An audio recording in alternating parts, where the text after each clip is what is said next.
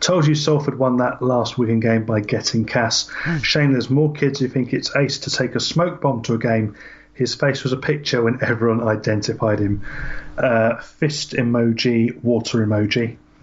P.S. Glad Rob got his wish. Cass' mediocre season is finally over.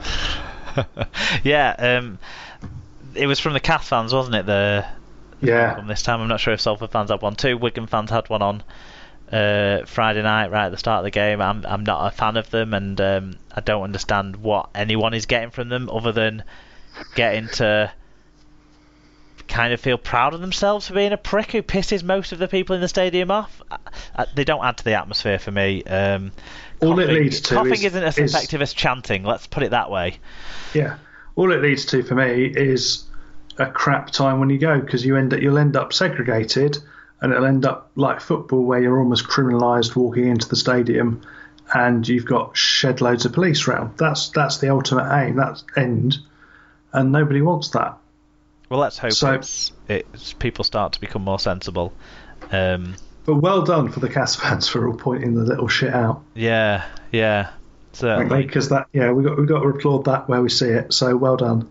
Definitely. More of that, please. Okay, in terms of the action on the field, I think that everything about this game was all about one moment. Everyone, all the halftime conversation, all the post-game conversation, all the match reports, all the headlines were all about Niall Evalds' tackle on Jordan Rankin. Was it the only thing that happened in this game? Because now I'm looking back to Thursday night, I struggle to remember much else. I certainly can't remember what ref's fault moments maybe Carter was talking about. But boy, was it a fantastic cover tackle by Niall Evalds. It was brilliant, and it was quite funny because I was cooking dinner at the time and Heather was watching the game for me and describing what was happening. So I had this one on audio description. And it was quite an interesting thing, and actually, even from that, she was able to successfully describe what had happened. But to be fair, from her description, I thought it was Jackson Hastings that had made the cover tackle, not Niall Evalds. But there we go. But it was a really fantastic bit of work, and it wasn't the only thing that made the game, but it certainly showed that the spirit and the level of intensity that Salford were bringing to the game. And frankly, Cass just couldn't match it.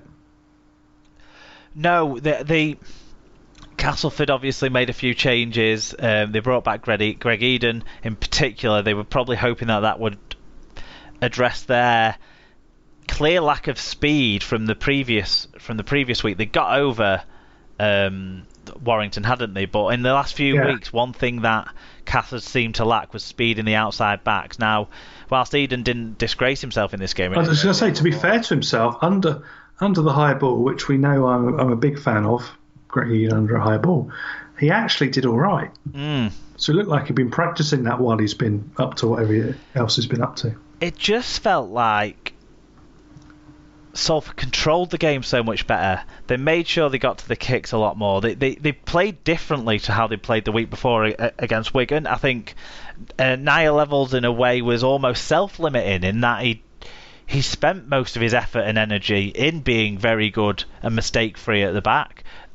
Chris Nanu didn't have any stupid moments in the game, and maybe Lola here and Hastings just injected themselves enough in the right area of the pitches and had a little bit more threat than Truman and Matautia had in this game, probably because Truman and Matautia's forwards kept getting turned around.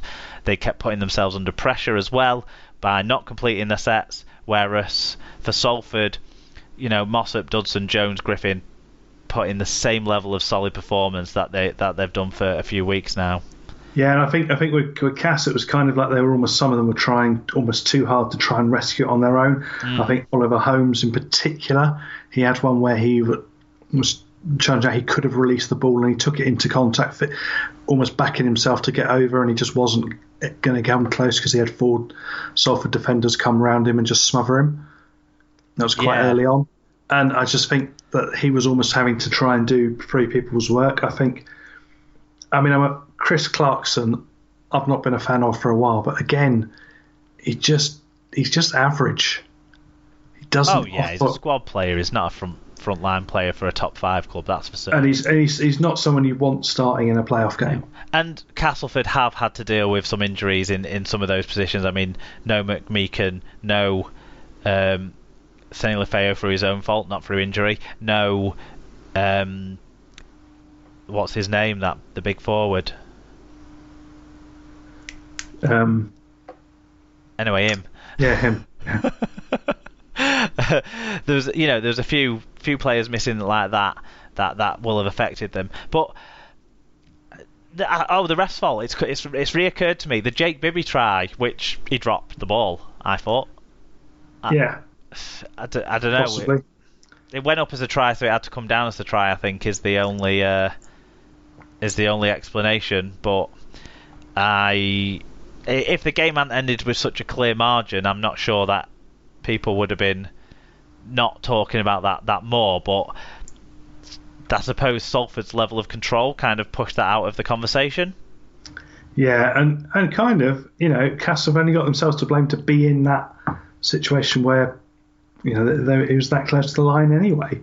If their line speed had been better, if their defensive unit had been better, if they'd had more game sense in where they were defending, they wouldn't have conceded that much pitch position anyway, which they kept. In those first 15 minutes, they were giving territory away like it was sweeties. Oh yeah, and Salford were all too keen to just control all of that possession and position, and took advantage of it, didn't they? Yeah. And do you think then, looking ahead, do you think that set them up well? This has given them the confidence to build on this? Do you think that's that playing within actually playing down a gear? Do you think that'll help them? I think what was noticeable from this game compared to the Wigan game the week before was, whilst all the supporting cast were very strong, the key moments and the key individuals were their star players. Niall Evalds, okay, it was in defence rather than attack, but he was key. Jackson Hastings scored the clinching try. He was key. Josh Jones, as well as doing a lot of work, he actually scattered defenders in this game. Lots of tackle busts, which he didn't have as many the week before. He seemed a bit more of a threat to the opposition, as well as being, working hard. So they got the two elements together again in this game, I think, which is ultimately why they won. Yeah, I think so. I think, Jackson Hastings is always going to do Jackson Hastings things. I think you've got to say, when the one highlight moment of the game was a cover tackle, though, it does say that 22-0 was a convincing and controlling scoreline from Salford, but the game wasn't Salford running away with it. It certainly wasn't the same type of convincing victory that we're going to move on to talk about. No, I think that's a fair assessment. And I think with Salford as well, because they're such a unit, when they have a couple of star performers play to their best, it does lift everyone else that little bit more than it would in other teams where there's more stars, more sprinkling of stars. Where you've got one or two and they're such a tight unit, it does drag them up a bit more. Yeah, because, by the way, I don't know if you're aware, but some Salford fans feel like maybe your whole KR bias has made you not like Salford enough this year and not give them enough credit. But you clearly are doing here, and I think the point you're making. Bearing in mind, I did have them down to go bottom as well. Well, that's yeah, but everyone had them down in the bottom 2 or 3, didn't they? Even most Salford fans wouldn't have had them in the top 4. They've absolutely blown everyone out of the way, and it is through that togetherness. And also through not getting injuries and that sort of stuff has definitely helped bond this team as well, even more. But it's not just what you're saying about having a couple of star players elevates them. It's the way the star players have conducted themselves. So Jackson Hastings acts with the right amount of humility, as well as being a very confident, very talented, very aware of his own skill sets player. He is the first person after the game, for example, to say, well, Johnny Lomax is the best player in the competition as far as I'm concerned. Stuff like that, there's still an element of humility, and what he does show is he loves the game, which is fantastic. Fans love players who love the game as much as they do. And Josh Jones, he's another star player for them. He's a workhorse for them, though. He has 20 carries a game. He really does run in hard and punishes himself with the carries that he makes with the ball. So that'll endear himself whilst he's a star player. He's a star player not just through skill, it's through work rate as well. Yeah. So all of those elements, when you put it together, helps the elevating them to be above the sum of the parts. That those star players pull them up with them, like you said.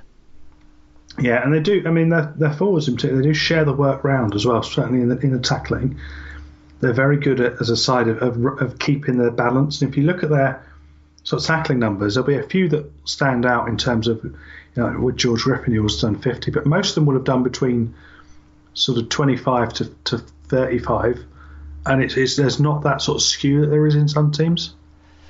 Yeah, that's fair. Yeah, I just think, like you say, they all work for each other really well in that pack. It's kind of a no-name pack in a way. Josh Jones is making himself become that with the amount of meters and the amount of tackle bust he's having over the last year or so. But in a way, it's a bit of a no-name pack, even though there's players in there who have won trophies on the big stage.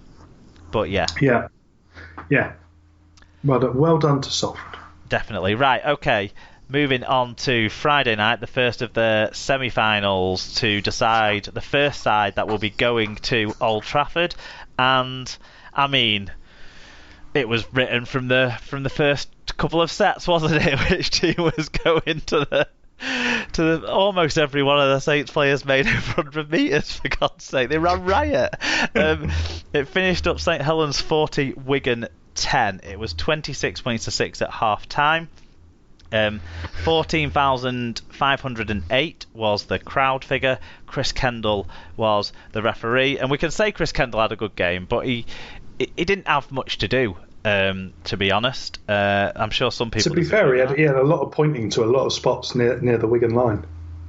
Well, yeah, that was a case. They did score a few tries.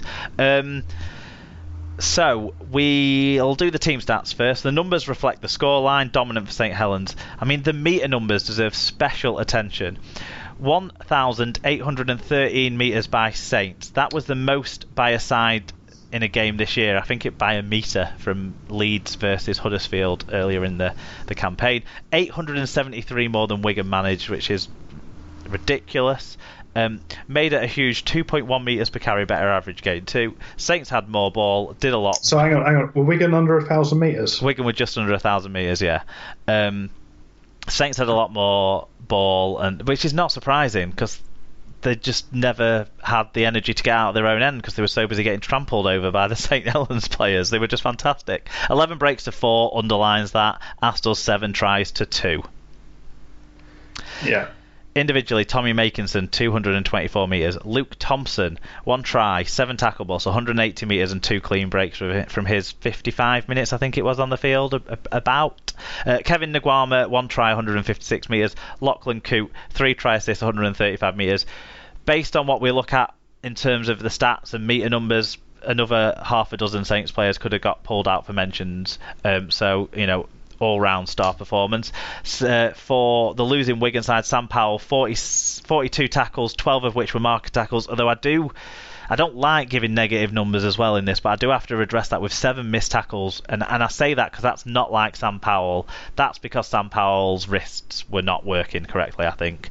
Morgan Smithy's 45... Is that because he's doing the work of 3 people as well? Well, it's because he probably has got a more damaged wrist than he's willing to admit to himself because he wants to try and play in another grand final. It would be my assessment of it. Morgan Smithy's 45 tackles, 12 of which were marker tackles. George Williams, 7 tackle busts, 127 metres, 2 clean breaks. And so he was probably a player who kind of did the job a bit. Oliver Gildart, 104 metres. So they were some players of credible note for the Wigan side. On to the fan views. Yep, starting with Carsten, who says, I thought this was a game between the top 2 sides in Super League, but only one team showed up. If Adrian planned to give Saints a sense of security for the grand final, he fully succeeded and should hope to reach it. In this form, I hope Saints choke in the grand final against Salford. Tony Clubb is an absolute grub. Well, that rhymes. and deserved to be banned. I have some news for you on that one, because it was a fully intended shoulder charge. So the match review panel have reviewed it and give this as the reason